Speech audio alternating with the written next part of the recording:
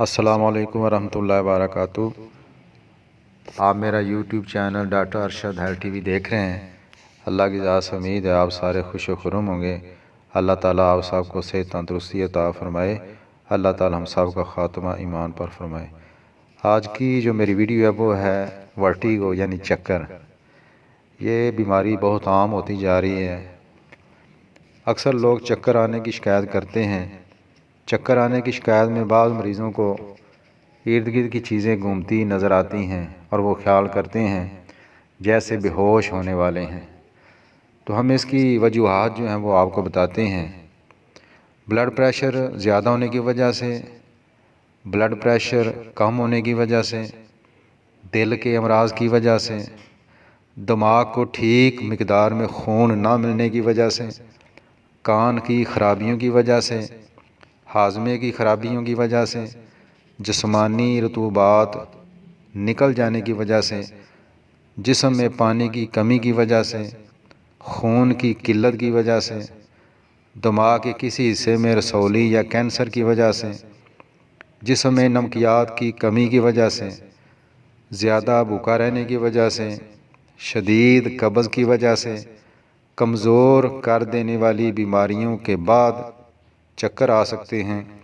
نظر کی کمزوری کی وجہ سے، تیز گرمی کی وجہ سے، مختلف امراض کے باعث اور بعض انگریزی ادویات کے باعث چکر آنے لگتے ہیں۔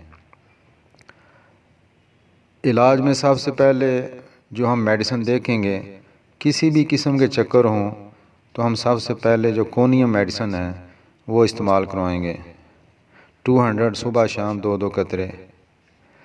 اگر کسی کو مرغن کھانوں کی وجہ سے چکر آتے ہیں تو پلسا ٹیلا 200 صبح شام ہم 200 طاقت میں دیں گے۔